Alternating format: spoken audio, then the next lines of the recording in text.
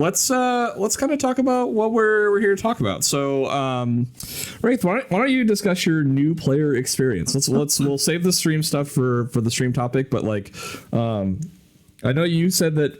I know you've been saying that ARR is probably your least favorite because it was kind of dragging a bit. Yeah, definitely. I would say, like, especially with ARR, I think being the like new player welcome wagon, it's definitely like almost like a culture shock to an extent, to like going from more traditional MMOs into something like FF14, which is so narrative heavy and so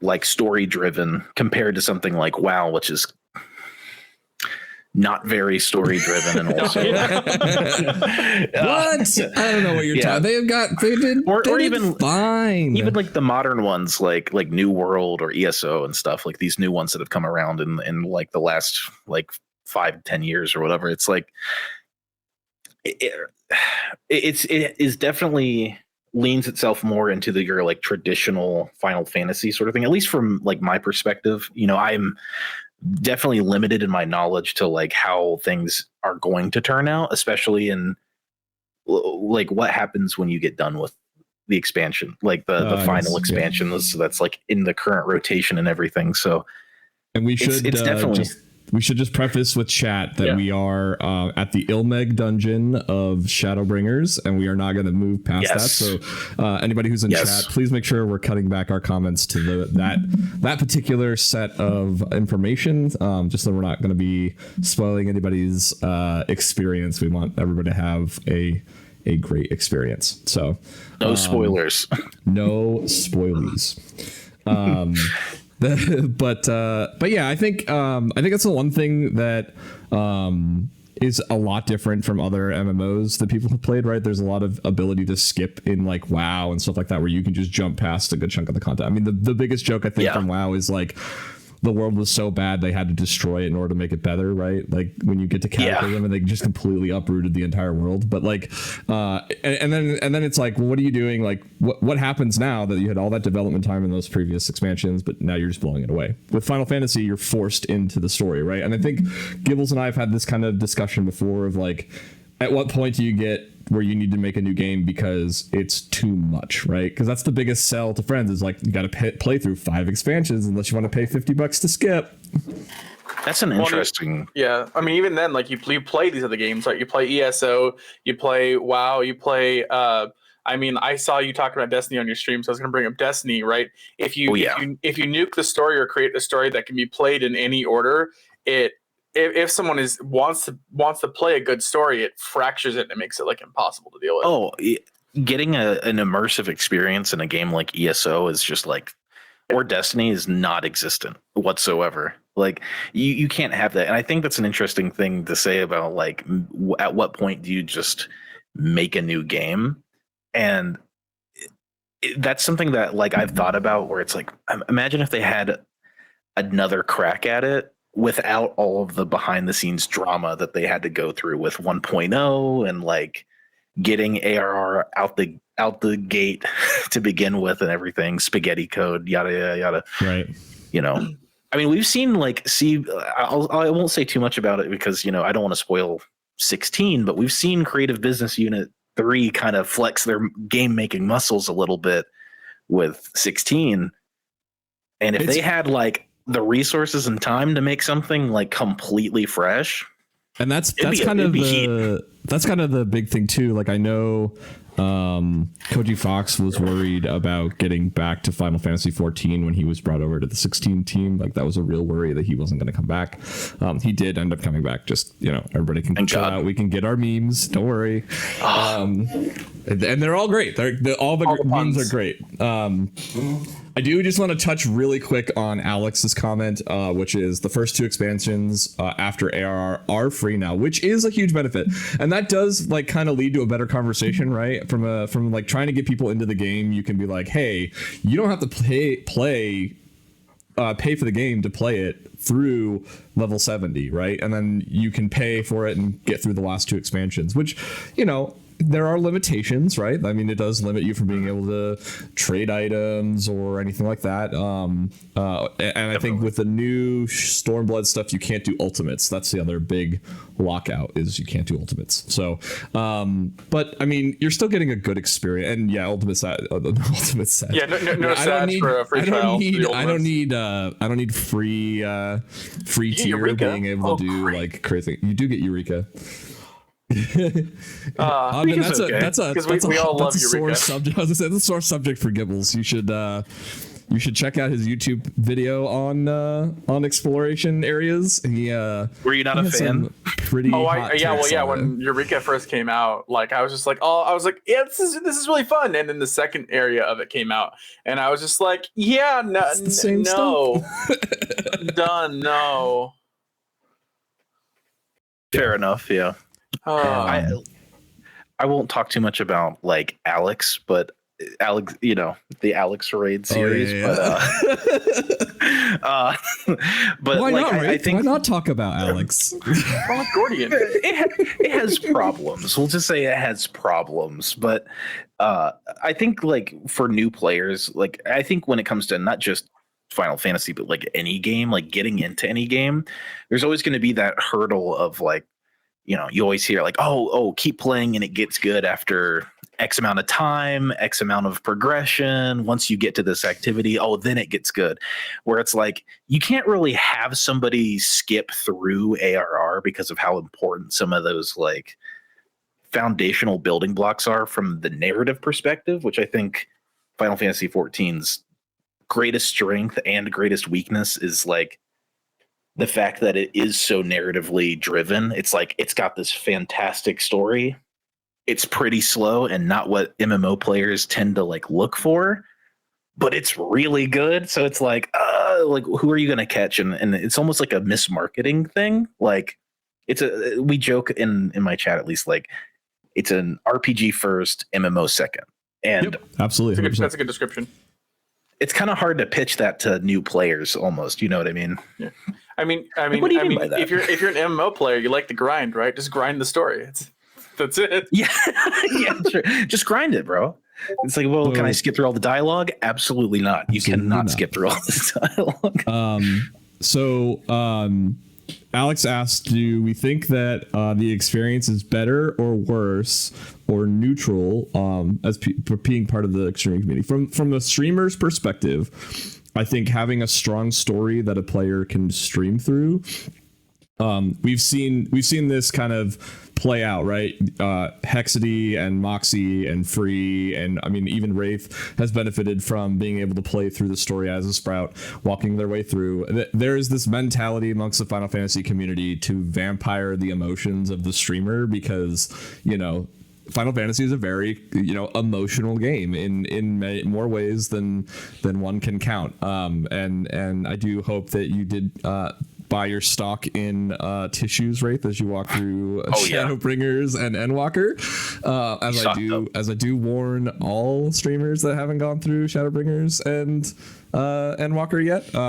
But yeah, I think that there is, and I think we'll talk about it in our next section of like new streamers going through the story now. But I think like Free did it where he played through the story, right? He just blasted right through it because at the time he didn't really care. Got to the end game content where all of his friends were to be able to do that content, and then went back and did it as New Game Plus. So he was able to go back, walk through the story as it was, and then be able to play through the story kind of like a new Sprout streamer, but being in end game content in his offline time. That's an interesting way of doing it. I haven't really like seen too much of like Free's MSQ journey, but I do wonder how that would like affect some of the like big shocking reveals and stuff. If you are aware of some of that in-game stuff, like anyone who's seen it, like my like the Stormblood raid series. I don't know if saying it's a spoiler or not for anyone who might not have seen it, but the O raid is some of my favorite content in the game. It's so good. I loved it. And like, I feel like that would have been kind of a pretty heavy spoiler, like to go back to the MSQ and doing that. Whereas like for someone who's, picking it up and being a smaller streamer, like going through MSQ with a group of people kind of like emotional vampiring along the way. It's definitely I think is good for the experience of both being a streamer and like digesting the story, because you have kind of like a steady pace and it flows very well, you know. It keeps you kind of on track and keeps you from skipping and blasting through stuff, and kind of reminds you to not make some of the easy mistakes it is to make for, like, you know, whenever you take on such a hefty game, you know, you don't burn yourself out as easily. Yeah. So I'm cracking up because I'm reading chat, and when you said the O raid, all I thought of was Office Space when he makes like her O face joke, and then freaking chat's like, "Oh, the O sus." Oh my god, the good old O raid. Yes, that is true. I'd like to see. Alex said this. The Stormblood 8-man raids were an homage to the fans from earlier Pixel games, from the older Final Fantasy games. I think the biggest thing that I've seen, and I don't necessarily think, I mean, if this is your bread and butter and how you want to do the game, that's fine. But like, I've seen a lot of streamers by their communities get told that they have to play like what is it, Final Fantasy IV before they get into Shadowbringers or get into Endwalker, so they can get like the background and stuff. And I, you know, like that stuff is fine. Like I can see where like players want to do that, but then like I think you get into a point where you dislodge yourself from a game, and then I've seen numbers dip, right? Where they go like, oh, I'm going to play 4 for the experience of being able to see what this is like. And then they jump onto 4 for 3 or 4 days, and they've lost 10 or 15, you know, members per stream that they would normally get. I apologize. That's my phone going crazy. And I, you know, I'm all for like making sure that the community gets like the references and stuff if that's what they want, but I don't think you lose anything from a game's perspective by not doing those things. In my personal opinion, I think it embellishes them a little bit more and you get a little more background to them, but I don't think, like, in my opinion, Omega was great, but it would have been cool if it had been 10 and your final loss would have been Sin. Like that would have been super cool because a lot of them were already existing. Or Sephiroth in my case. Right, I want Final Fantasy X to be the next raid. I want it to be. I want Sin to be the next raid. Yeah, where he just converts into Jekt, and then Jekt goes to Sin as the door boss. Like that would be super cool. Like, I mean, there's a ton of stuff you can do. I do like. I won't talk about any of the story, but I do like the fact that these last 24-man raids for Endwalker were completely brand new story. I'm not going to get into that story because I don't want to spoil anything for Wraith, but it was a completely new story. It had nothing to do with any other Final Fantasies out there. It didn't pull from anything. So it was great. I thought it was, you know, pretty fantastic that they were able to come up with a new, a new story, a new compelling story that they could tell to other people. 14. I think. Sorry. No, sorry. Oh, so 14. Go. I'm muted. You're good. Go. No, it's your show. No, so I guess like the. Go ahead, Wraith. So okay, the thing is like we've seen. What is it? Hold on a second. We're on an ads. We're on ads. Yeah, we're on ads for a second. So stalling. That's all right. We'll give people time to. We stall. That's what we do. Oh my god. I'll say what I was going to say. Mine's not important. I was just saying that 14 is the amusement park for Final Fantasies. That's all I was trying to say. True. Oh my god. Totally. Yeah. You're 100% correct. It's except 7, dude. Except for 7. Where's my Sephiroth fight? Damn it. I'm such a nerd for Sephiroth. Like I love my Sephiroth stuff. But what was it? I don't know if we would get a Sephiroth fight. I don't think we would. I mean, that's like everybody really wanting. Well, I don't want to talk too much about it, but everybody wanting Kingdom Hearts, like Keyblades and stuff in the game. Like, I think that would be cool. Just play Gunbreaker. If I wanted to play Gunbreaker, I would have been happy with 9 or with 8. Dude, Kingdom Hearts would be such a cluster fuck to get into, like just from the legal side of things. Like, okay, we want to do a Kingdom Hearts crossover, and they're just like, and if they stick to the original characters, they could probably get Disney. No, Sora and Kairi and Riku are all owned by Disney, and they're in that adaptation. Shit, you know how much I would lose it if they had like a Xemnas fight. I think we're 20 seconds away from ads being done, right, Gibles, on your side? I think so. Because I think ads check from yours. Well. I don't see it them up. I think we're good. Okay. I also think like one of the big problems with All right, we're back. I think so. I think we're back. We're back on mine at least. One of the big problems with like the homages I see is like, so the first time it was like, what, Crystal Towers was like the first time they did like the really big like throwback homage to previous Final Fantasies, and then the Omega Raids, which I think they were both handled well, but it's like, at what point is it just like fan service in lieu of original content? But it sounds like they remedy that problem later on. So what do I know? I'm a sprout, but I think every expansion, a lot of the content in the game is, because like the Tower series, it's Final Fantasy III. The Tactics is the 24-man in Stormblood. You got the Omega Raids careful. Okay. I was keeping under Shadowbringers. I was just doing the first two expansions. That's it. You're good. Yeah, you got Alexander's a reference to something too, isn't he?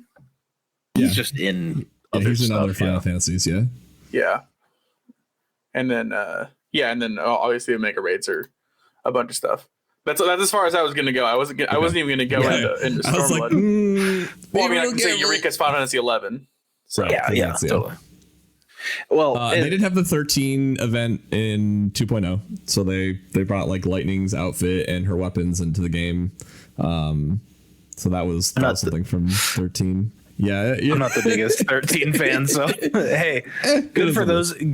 Good for those few people. We did get the 15. We did get the 15 event, which was you got the car, which was pretty cool. They're doing a 16 event, and I want that Torgal mount. Oh my god, yeah, and the minion. Yeah. I'm still hot take. Everybody's gonna hate me for this, and you can riot all you want. I think other than like the fact that the event is happening and like the battle stuff you're gonna do, I think that the items are lackluster given that Yoshi P was producing 16, and they could have done more. They could have gone a little bit more. I think, like especially like the mount and the minion are the same character. And, I just feel like they could have done better. I mean, honestly, at the same time, what would you have wanted the mount or the minion? You could have gotten the Chocobo from 16. Yeah. Well, you could have done the Chocobo from 16. You could have done. They had already done with the 10th anniversary. They had done the Phoenix, where you turn into the Phoenix. You could have turned into the Ifrit Phoenix combo and just flown around as the Ifrit Phoenix combo. Like, there's a million things that they could have done, and they just chose not, which is fine. Like, dude, I love it. I'm gonna play it, but it's just like.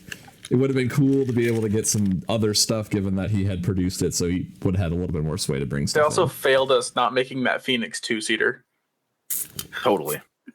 You want to be ridden? You want to be the Phoenix and then have somebody ride you? Usually your friends ride you, yeah.